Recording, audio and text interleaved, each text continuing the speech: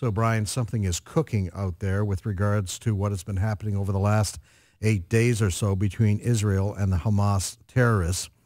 Just this morning, another missile coming out of Gaza hit near the southeastern side of Jerusalem. And we told you earlier also that Israeli aircraft were dropping leaflets inside Gaza warning residents of a particular area to flee because bombing was about to begin. So a lot of different angles, a lot of different reports coming out on this. Try to make sense of it all for us. We're going to go right now to David Ruben, a former mayor of Shiloh, Israel, and founder and president of Shiloh Israel Children's Fund. David, welcome to the program. I think David is with us. David, are you with us? I'm with you. Do you hear me? Okay, we can hear you. Not sure if you heard that introduction about the latest developments coming out of Israel. A suggestion that perhaps a truce is about to be announced. Your reaction? If a truce is announced by Israel, it would be the biggest mistake that Israel could make. We have a situation right now where Israel has been bombarded by missiles coming from the Hamas terrorists in the Gaza Strip for almost 8 years. And there have been breaks in between. There have been ceasefires in between. There have been gaps of a couple of months or even longer. And then it starts again. And then it starts in dribs and drabs. And then it heats up. And what we've had is after the election of President Obama, the missiles started coming in much greater frequency. And the fact is that Israel knows that if the ground troops don't go in to clean out Gaza and get rid of all those missile launching pads and get rid of all the arms smuggling tunnels and preventing them from coming back, then it's all going to start up again. And it may take, they may have a ceasefire agreement, and there may be 2 to 3 months, maybe even 4 months or 5 months when rockets will not be coming and landing on Israel from Gaza. But meanwhile, during that time, the arms smuggling is going to continue intensely. You will see Hamas refueling and building up their arms supply once again. Within a half a year, they will be fully armed again and ready to start their missile attacks once again. It would be the biggest mistake that Israel could make to agree to a ceasefire. David, I'm rather surprised by this announcement coming out of Jerusalem at this hour, and here's why. When this response by Israel was started several days ago, the language being used by Israeli officials was, this is it. We're tired of this. We're fed up. We're going to go in and put an end to this. We're going to cut the head off the snake, I think was one of the comments being made. And now, listening to the Hamas leaders yesterday saying, here's our conditions for a truce. You must let us rearm and promise not to bomb us again. And then this morning, this announcement is made. I have to admit, I'm rather confused if indeed there is going to be a truce announced before the day is out. Well, we're still waiting to see what's going to happen.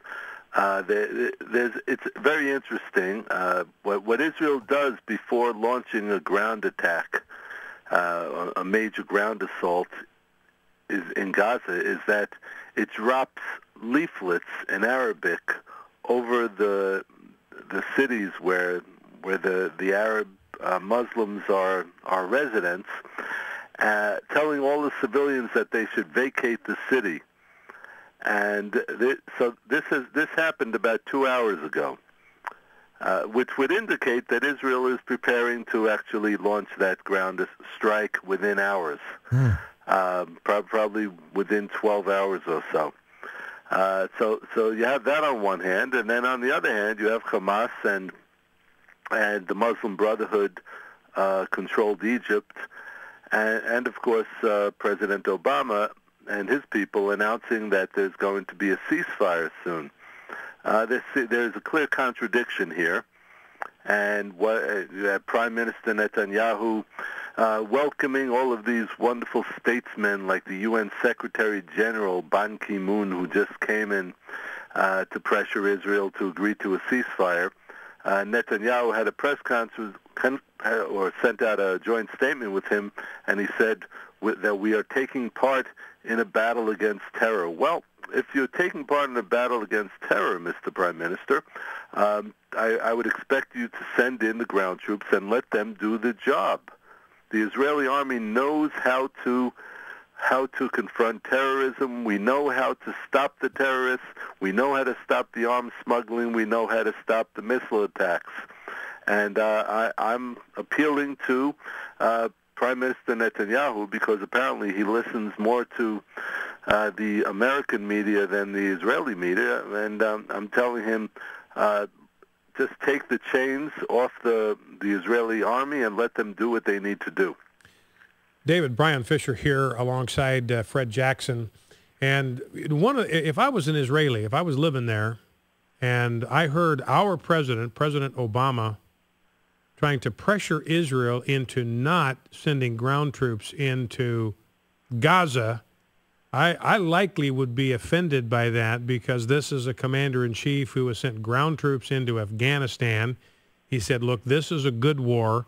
We've got troops on the ground there to try to do the very things that you're talking about, neutralize the threat to our security. And I don't know, do Israelis react that way when President Obama tries to put pressure on Prime Minister Netanyahu not to do things that he has been willing to do in other parts of the world?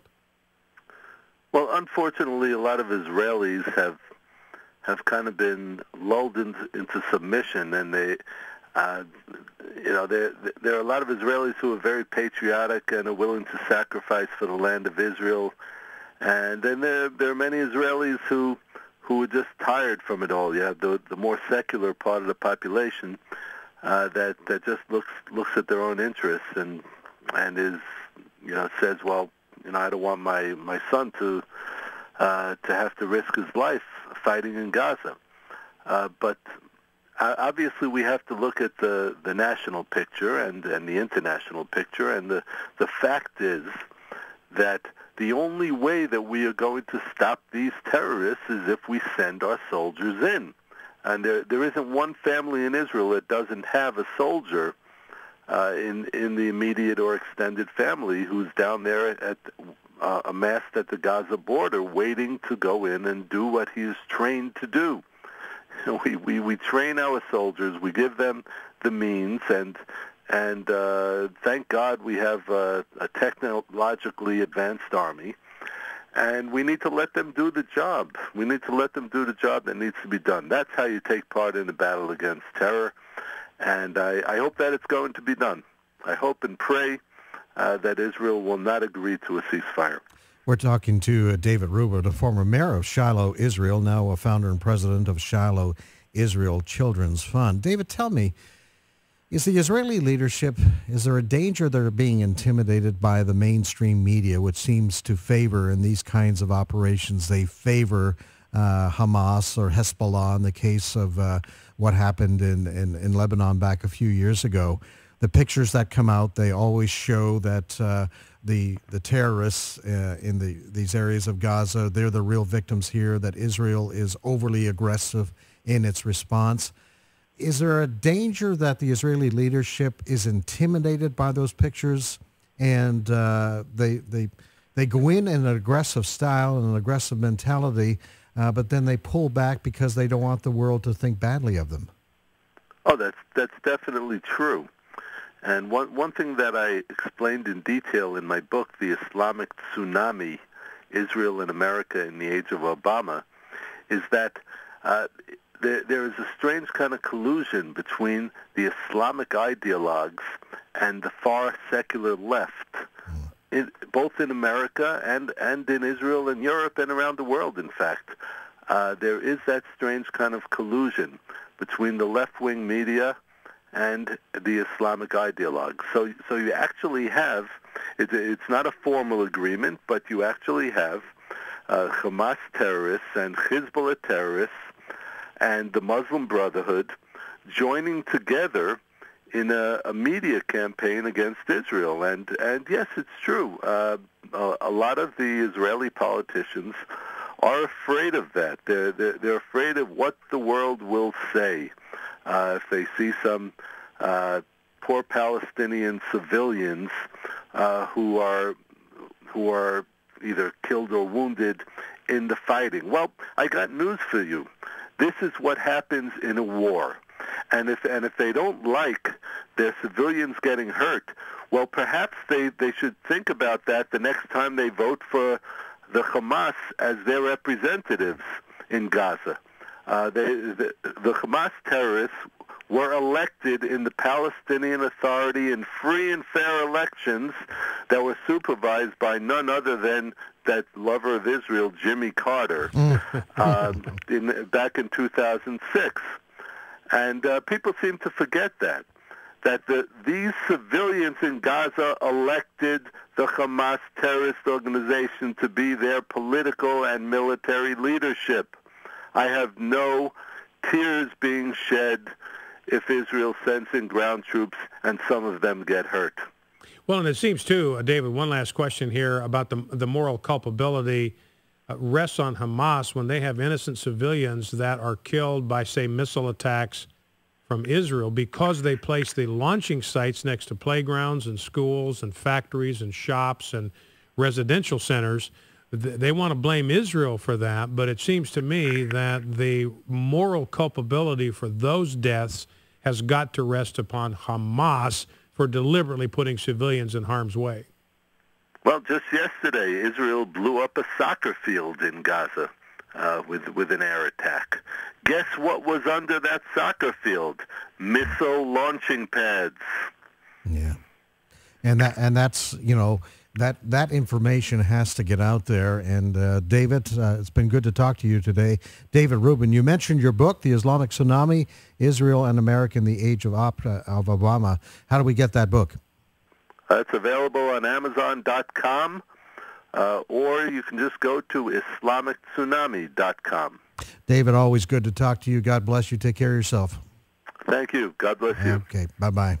Hey, listen, stay tuned to the latest American family news, and at onenewsnow.com we will keep you up to date. It is changing moment by moment in Israel. As always, pray for Israel, pray for the leadership of Israel, that God would give them wisdom in how to handle this ongoing situation. Brian, I'm always